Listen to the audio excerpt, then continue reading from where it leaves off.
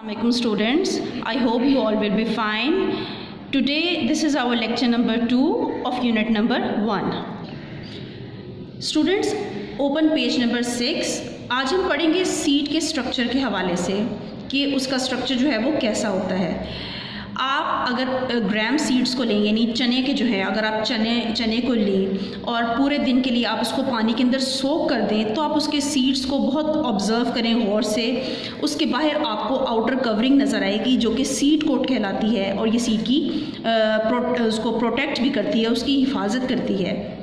अगर आप seed coat को बहुत एहतियात के साथ रिमूव करेंगे तो आप देखेंगे कि उसके अंदर सीड लीव्स आपको नज़र आएंगे और ये सीड लीव्स कॉटिलेडन्स कहलाते हैं। Seed leaves are called cotyledons. Cotyledons जो है उसके अंदर फूड को, जो बेबी प्लांट होता है उसके अंदर फूड उसके अंदर फूड को स्टोर किया जाता है और इससे पहले जो वो बेबी प्लांट यानी जब खुद से खाना नहीं बना सकता उससे पहले कॉटिलेडन्स के अंदर जो है वो फूड को स्टोर किया जाता है। इसके अलावा कुछ सीड्स जिसमें ग्राम्स, बीन्स, पीस हैं, ये इनके अंदर 2 कॉटिलेडन्स होते हैं और ऐसे सीड्स को डाइकॉटिलेडन्स कहा जाता है। इसके अलावा वीट, राइस, मेज़, इनके सीड्स के अंदर 1 कॉटिलेडन होता है और ऐसे सीड्स को मोनोकॉटिलेडन्स कहा जाता है। यानी जिसके अंदर 1 बीज होगा, 1 सीड होगा वो मोनोकॉटिलेडन कहलाएगा और जिसके अंदर 2 सीड्स होंगे वो डाइकॉटिलेडन कहलाएगा। Now move to page number 7। यहाँ पर आप देखें कि सीड लीव्स जो हैं यानी जिनको कॉटिलेडन्स भी कहा जाता है उसमें जो बेबी प्लांट या एम्ब्रियो है उसके साथ टाइनी शूट और रूट जो है वो आपको नज़र आएगी। ये कॉटिलेडन्स जो हैं ये एम्ब्रियो को फूड प्रोवाइड करते हैं। फिर एम्ब्रियो जो है वो बढ़ता है, बड़ा होता है और एक नया पौधा बन जाता है।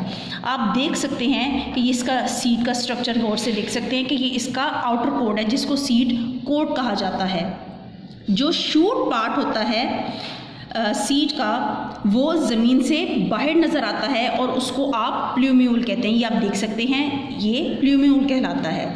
और वो हिस्सा जो ज़मीन के अंदर होता है, रूट पार्ट जो उसका होता है, उसको हम कहते हैं रेडिकल। तो ये था सीड का स्ट्रक्चर। आई होप कि स्ट्रक्चर आपको समझ में आया होगा कि क्या है। अब हम मूव करते हैं डिस्पर्सल ऑफ सीड्स, यानी सीड्स का डिस्पर्सल। सीड्स जो है वो कैसे जो है वो डिफरेंट प्लेसेस में, डिफरेंट जगहों पर फैलते हैं। जब सीड बन जाता है तो उसके बाद उसकी डिस्पर्स भी जो है वो हो जाता है। यानी dispersal means scattering of the seeds far from the parent plant before they touch the soil. यानी डिस्पर्सल जो है उसमें सीड जो हैं वो अपने पेरेंट प्लांट से ज़मीन को टच किए बगैर बहुत दूर तक वो फैल जाते हैं। वेज ऑफ डिस्पर्सल में आप देखें, सबसे पहला वे है यानी जिसमें वो फैलता है, स्कैटर होता है, वो है explosion. The seeds are inside a pot. The pot bursts open and the seeds are ready for dispersal. Explosion में क्या है कि seeds जो हैं वो pot के अंदर होते हैं, नहीं कोम्पल के अंदर। जब pot जो है वो फटता है तो इसके साथ seeds जो हैं वो बिखर जाते हैं और ये explosion जो है इसके साथ shoots के साथ जो seeds हैं वो parent plant से बहुत दूर चले जाते हैं। peas, beans, wallet जो है इसमें जो है ये dispersal का method जो है वो यूज़ किया जाता है। इसके बाद आ जाता है मेथड इसका डिस्पर्सल बाय विंड, कि हवा के ज़रिए जो है वो सीड्स कैसे डिस्पर्स होते हैं, कैसे स्कैटर्ड होते हैं।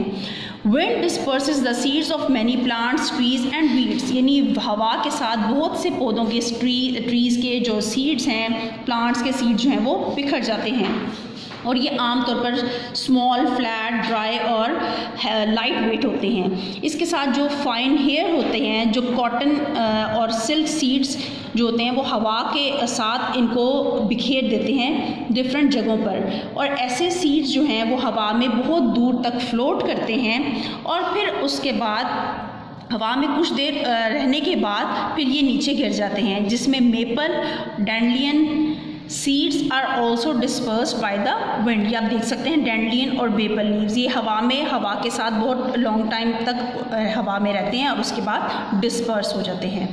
इसके बाद डिस्पर्सल का मेथड है dispersal by water. Coconut and water lily have seeds that are disperse by water, यानी ये हवा के साथ जो है वो डिस्पर्स हो जाते हैं। These seeds have a covering that traps air, in seeds के साथ जो है वो एक कवरिंग होती है जिसमें हवा जो है वो ट्रैप हो जाती है, और यही हवा जो है वो सीड्स को वाटर के अंदर फ्लोट करती है और इसके साथ साथ सीड्स को ड्राई रखती है। तो ये था आज का लेक्चर जो सीड्स की डिस्पर्सल और स्ट्रक्चर के हवाले से था। Now moves to its related question.